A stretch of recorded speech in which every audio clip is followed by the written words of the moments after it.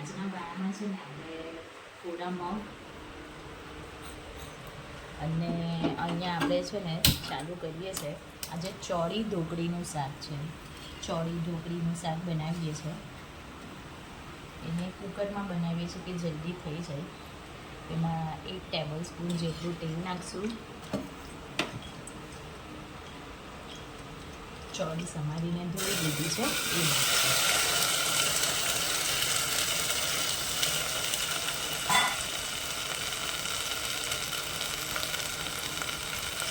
આ છે ને અજમો છે, અજવાઈન, એને થોડું હાથથી પેસ્ટ કરીને નાખશું.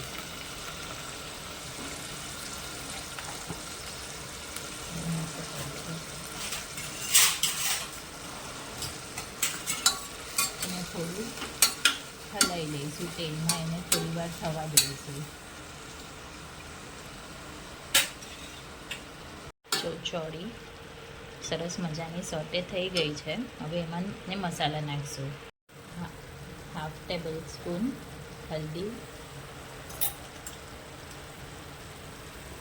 હાફ ટેબલ સ્પૂન ધનિયા પાવડર, સ્વાદ અનુસાર મીઠું, સ્વાદ અનુસાર આદુ મરચાંની પેસ્ટ. હવે આપણે મસાલા મિક્સ કરી દઈશું.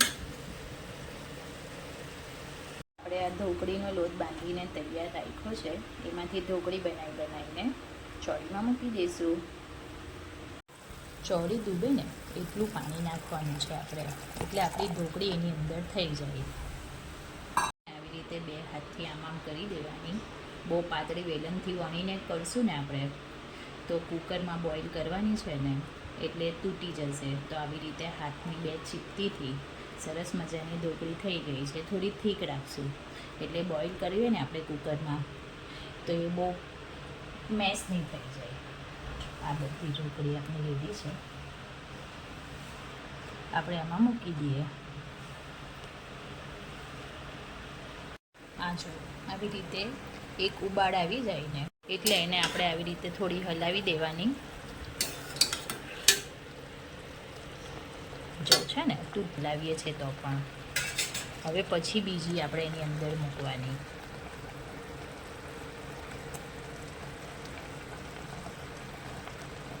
આનો પણ એક સરસ મજાનો ઉબાળ એટલે કે ઉકાળો આવી ગયો છે. જો ઢોકળીઓ તૂટતી નથી. હવે આપણે એને વિસલ લગાવી દઈશું.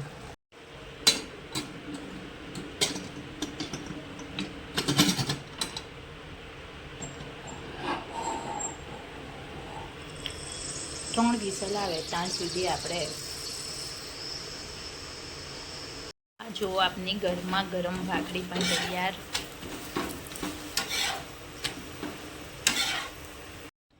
વિસલ નીકળી ગઈ છે એર વિસલમાંથી.